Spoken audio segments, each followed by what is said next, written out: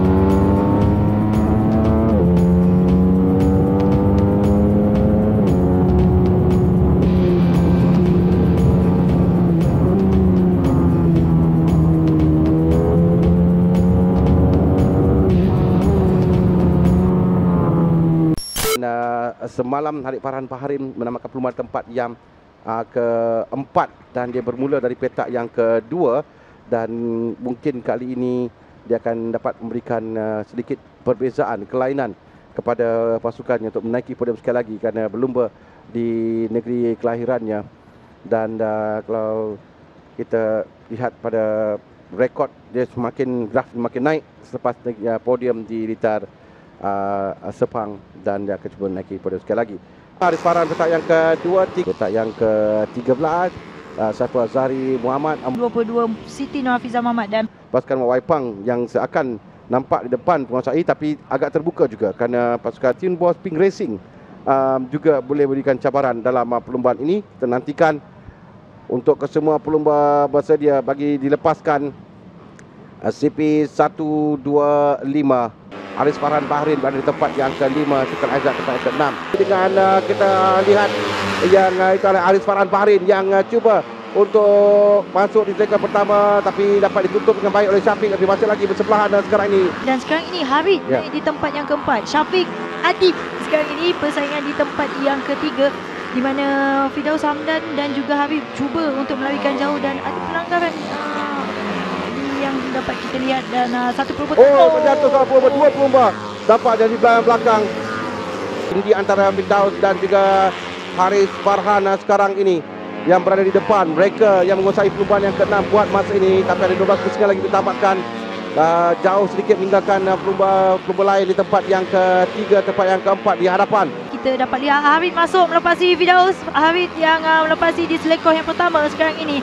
Harid yang naik di tempat yang pertama. Firdaus sekarang ini cuba untuk melepasi, tapi tutup oleh Harid Farhan cukup cantik. Dan sekarang ini sama ada berlumba di depan 52 Muhammad Haris Farhan Bahrain yang berlumba di kampungnya sendiri dapat memberikan kemenangan pertama kepada pasukan Tin Boss Pink Racing kerana mereka telah naik podium di Sepang. Tapi saya tidak mahu terlalu awal mengatakan kerana di belakangnya adalah Syafiq Rosli dan juga Firdaus Hamdan yang semakin rapat. kalau kita lihat sekarang ini tekanan yang diberikan kepada Harid Farhan kerana dua pelumba ini mulai sampai di bahagian belakang Harid Farhan. Harid Farhan sedar kerana beliau dengar bunyi motor sampai di belakangnya, jadi beliau perlu untuk memperangkat kedudukan dan lari. Kita lihat Syafiq Rosli pun berjaya melepasi Haris Farhan dengan Firdaus juga cuba mengambil kesempatan ni. Dan tiga pelumba ini yang kita akan lihat kerana saling bertukar kedudukan. Dan kalau cantik dari dalam masuk Haris Farhan Bahrain memintas Firdaus Hamdan, berani dia diberikan sedikit saja peluang dan dia masuk untuk memintas dan kembali cuba untuk mengejar Syafiq Rosli. Tapi tiga pelumba di hadapan ini yang menarik kita lihat. Syafiq Rosli, Haris Farhan dengan Firdaus Hamdan sekarang memang dapat sekali kedudukan ketiga-tiga pelumba ini. Dan seperti semalam ketika Syafiq mengatakan bahawa dia bertahankan, masuk terbaik sekali. Dan Syafiq yang terbabas keluar ketika Haris Farhan masuk tadi untuk memintas, dan Syafiq terus ke tepi. Dan sekarang ini Haris Farhan yang mendahului dengan Firdaus Hamdan yang mengejar di tempat yang kedua. Baiklah, kalau kita lihat kita lihat lagi sekali bagaimana Harid Farhan yang meminta Syafiq di selekoh yang ke-6. Sekali lagi beliau mengulangi mengakibatkan Syafiq tidak perasan ada seorang pelumba yang masuk dan menyebabkan Syafiq terbabas. Dan sayang sekali buat Syafiq, beliau berada dalam kedudukan yang baik tadi, tapi kita berikan tumpuan kepada dua pelumba. Harid Farhan tidak mahu melepaskan kedudukan di tempat yang pertama ini. Dan Harid Farhan tahankan kedudukan tempat yang pertama. Dia telah dua kali tunjukkan bahawa di selekoh yang sama dia berjaya masuk. Jika diberi sedikit saja ruang, dia akan lakukan. Dan kita lihat di mana Harid Farhan terus mengekalkan tunggangan yang konsisten untuk terus fokus berada di hadapan dengan berbaki 4 pusingan lagi. Dan 1 saat 0.9 saat sahaja. Ambil lagi dan Firdaus Hamdan masuk, ada kesilapan oleh Haris Farhan dan semakin hampir pula dua pelumba Waipang di belakang dengan Faris Afif itu di belakang Haris Farhan. Haris Farhan bukan kesilapan tadi menyebabkan dia beri peluang bagi dua pelumba di belakang untuk rapat, terutama bagi Faris yang semakin hampir dengan dua pelumba di depannya, Firdaus Hamdan dan Haris Farhan. Dan bagaimana dilakukan Adik bersebelahan dengan Haris Farhan menuju ke selekor. Sekarang Adik cuba masuk bagian dalam kali ini. Adib pula apa yang dilakukan tadi oleh Haris Farhan, sekali Adib lakukan kepada Haris Farhan pula. Haris Farhan dalam mengejar sekarang Faris Hafiz. Dia tidak mahu mengalah, tidak mahu putus asa sekarang. Itu menarik untuk kita lihat. Haris Farhan juga cuba untuk merampas kembali kedudukan. Jika pelumba ini bersaing di hadapan selekor yang terakhir Adib, tapi Firdaus Hamdan semakin hampir nampaknya. Firdaus Hamdan cuba untuk memberikan cabaran kepada Adib. Firdaus Hamdan dan Adib untuk sampai ke penamat. Adib sampai, Firdaus Hamdan tempat kedua. Ketiga sekali antara dua pelumba. Siapa sampai depan dahulu? Haris Farhan yang sampai ke tempat yang ketiga. Haris Farhan berjaya menaiki podium akhirnya ke tempat yang ketiga. Kemenangan satu lagi untuk Sifu, untuk pasukan, untuk pelumbanya. Adib Rosli berjaya menanggi perlumbaan. Dan tempat yang kedua Firdaus Hamdan Haris Farhan Bahrain berada di tempat yang ke-31.